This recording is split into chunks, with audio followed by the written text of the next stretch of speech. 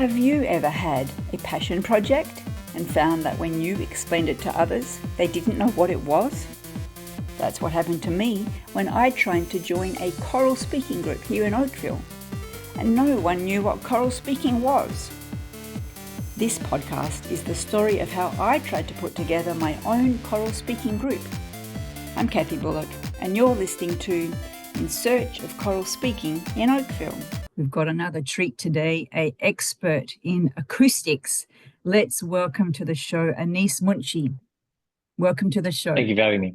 Thank you for having me. We were just chit-chatting before when I was trying to figure out how I should introduce you.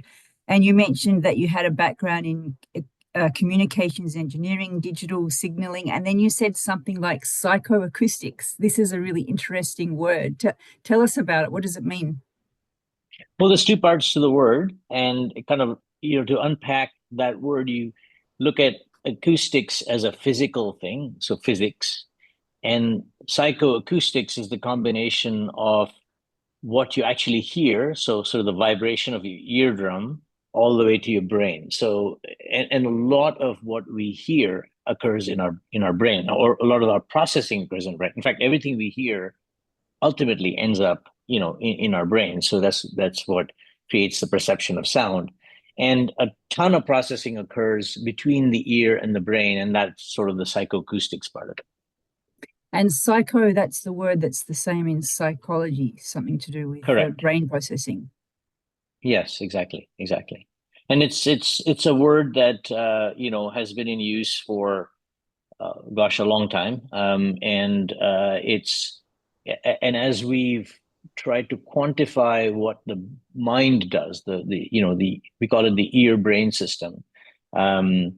We've sort of said, okay, anything that's happening in the ear-brain system, that's psychoacoustics. What's happening outside in the real world, where the sound is bouncing off of walls and whatnot, that's the acoustics or the physics of the acoustics, and that's acoustics. Mm-hmm. So it's a combination of the basically a combination of the phenomena that our brains and our minds and our ear brain system produces. That effect is typically called psychoacoustics. Right. Now, I was going to start out by asking you a sneaky question, which I forgot to do, and I'll do that now. Had you heard of choral speaking before I asked you if you'd be on the podcast? Actually, I heard Rabia play something that you sent her, and I was cooking and I was hearing this in the background, and she was trying to get my attention, but I could sort of hear what was going on, and I said, "That's interesting. What is that?" So yes, I kind of knew about it only because you sent something to my wife. Right. So you hadn't heard of it before that, not growing up, not through school or anything like that? Not at all. But I mean, like psychoacoustics, you can kind of make out what that might be. Yeah. When you were talking about the ear-brain connection between sound and how it's processing, one of the things that I've always tried to figure out, what is it about choral speaking that I really love? And one of the things is standing in the midst of other people speaking in unison, and that sense of the voices together reverberating around me. And I thought that had something to do with how my ear is picking up sound. I wonder are you able to just sort of talk on that a little? Is there any insight you can give us? One of the reasons we study psychoacoustics in so much depth is because we are, as humans, particularly interested in the intelligibility of speech. Speech is a unique sound because it conveys meaning to us in a way that perhaps it doesn't. Other sounds don't, and possibly other animals don't perceive that aspect of speech that we do. And so what happens in our ear brain system with respect to speech intelligibility is fascinating. It's profound, and it's not yet completely understood. I will tell you. So you sometimes hear of people saying that, I could hear the speaker in this lecture hall or whatever, but I couldn't understand what they were saying. And that's an example of where the speech is audible but not intelligible. And so we in the field of psychoacoustics, people are very interested in determining what are the factors that make speech intelligible, and then secondly, what makes sound pleasurable. So that's sort of the aesthetic aspect of sound, and that's also something that like psychoacousticians study. Um, because again, we like to be in spaces that sound good, whether it's it's a concert hall or it's in your living room. And do we know why? Do we know why we like it?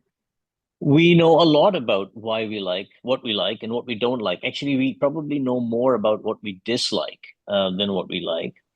Um, and it's also contextual, right? So your bathroom walls might, like mine, would be maybe very harsh and very reverberant and kind of unpleasant sounding, except if I was to sort of start singing at the top of my voice in the shower, in which case my voice might actually sound okay to me, or it might sound like sort of, like it's this reverberant thing, like there's more people in the in the bathroom than just myself. But yeah, I think contextual.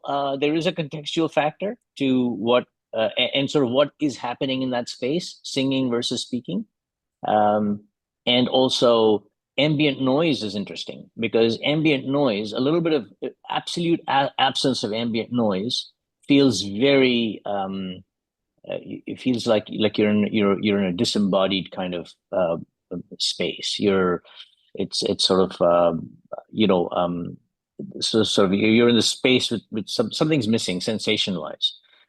So in an anechoic chamber, which is a chamber that's a purpose built room with sound absorption all around and sound insulation.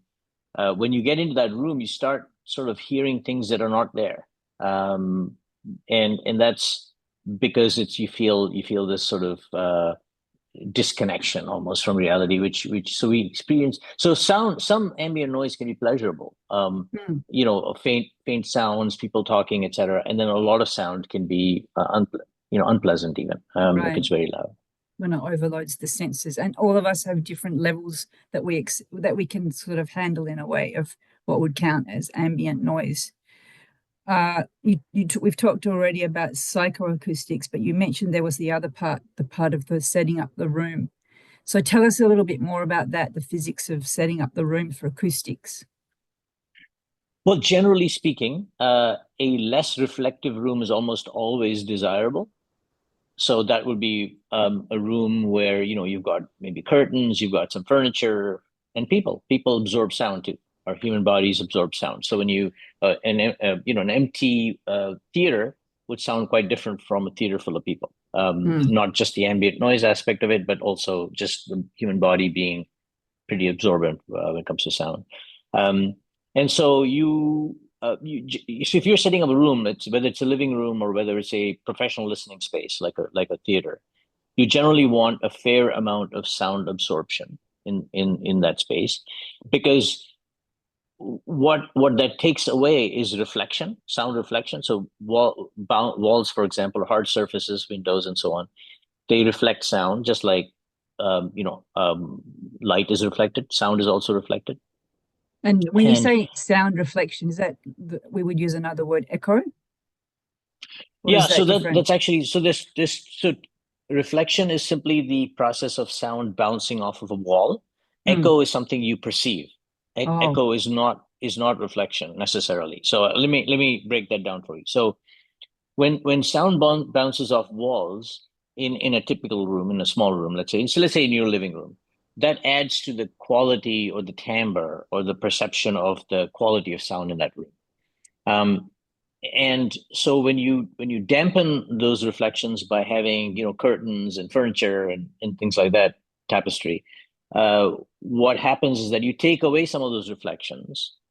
You can always add that back into the sound by processing the sound. That's where mixing boards come in with all their reverb and echo and equalizer settings and whatnot. So in a professional space, you can add that back in, add it in sort of synthetically, and make it as pleasant as you like, again, for the context. So if it's speech, you want one setting, one set of settings, and if it's going to be choral speaking, maybe a different set of settings, and if it's a four-piece band, it's a different setting. But you can add that back. It's harder to sort of take take away walls and move walls around, right? Now you asked about echo versus so in kind of lay speak, we might say every reflection is an echo, but when you're if you're standing at the edge of a canyon and you shout out your name, and you hear that sound come back after a second or so, that's typically what we mean by echo, as in the perception of echo. So Right. whereas in a typical living room, like say right now, for instance, I can kind of, if I pay real good attention, I can hear my voice coming back at me, but it doesn't sound like an echo. It sounds in fact, the technical term would be reverberation. So it's a reverberant environment. It's not an echoey environment. So if the as and this is really important because we are built to process speech, and we are built to process speech in reverberant environments because most of us are indoors most of the time, right? And I mean, when we're outdoors, if you're paying attention, you'll notice that the speech, the sound quality of, let's say you're going for a walk with someone, they sound quite different outside than they do inside, because outside you don't have reflections other than the ground, which is not typically very reflective. You tend to speak louder because, again, the absence of reverberation, that's the absence of the sound reinforcement that you're getting within a room. So you have to speak louder outside, which is something that you perceive. If you're paying attention, you'll notice that you're speaking louder. And so listening. So if you were to record, have you had this experience where you record yourself and then you play it back and you say, "Well, that doesn't sound like me." Yes, most people hate listening to the sound of their own voice, including me. And so that's due to two reasons. One is that your own voice comes to your ears mediated by the bones in your head. So you're hearing conducted sound as well as reflected sound from the walls around you, and then sound that sort of bends around your face to get to your ears. So all of that processing is taken away when you're listening to your own recording. But crucially, you hear your voice through two ears that are separated by several inches, and a microphone typically has two coincident, if it's a stereo mic, very close to each other, and that makes a difference as well. So when you're listening to speech in a reverberant environment, oftentimes the recorded version of it doesn't sound quite as good as if you were actually in that environment, because again, we're physically built, it seems, to understand speech, and so we do. There's a lot of sound discrimination that's happening, processing that's happening in the ear brain system, but also physically in our, by virtue of the fact that we have the pinna, this flexible tissue that surrounds our ears, which is sort of asymmetrical front to back, and that's why we do a good job localizing sound. We know that mosquito is behind me as opposed to in front of me. I'm sure everyone listening is going to identify with what you've just talked about, not liking the sound of their own voice. That's one of the most common things people say, especially when getting tips about how to become a better speaker. And the tip is listen, record yourself and listen back. And everyone's like, "Oh, I hate the sound of my own voice." That was really fascinating that you shared the physics of that, as well as the other things that you've taught us about psychoacoustics and setting up a room and reflection. Thank you very much for your time today. We really appreciate it. Thank you. It's been a pleasure. You've been listening to my podcast, In Search of Choral Speaking in Oakville. Today we had the honour of talking to Anis Munshi, communications engineer, who gave us a glimpse of psychoacoustics and the ear-brain connection. I've learnt a lot, and I hope you did too. Let me know in the comments if you've had any experiences with choral speaking. Till then, stay safe, stay well. I'm Kathy Bullock, and I've been your host for this podcast.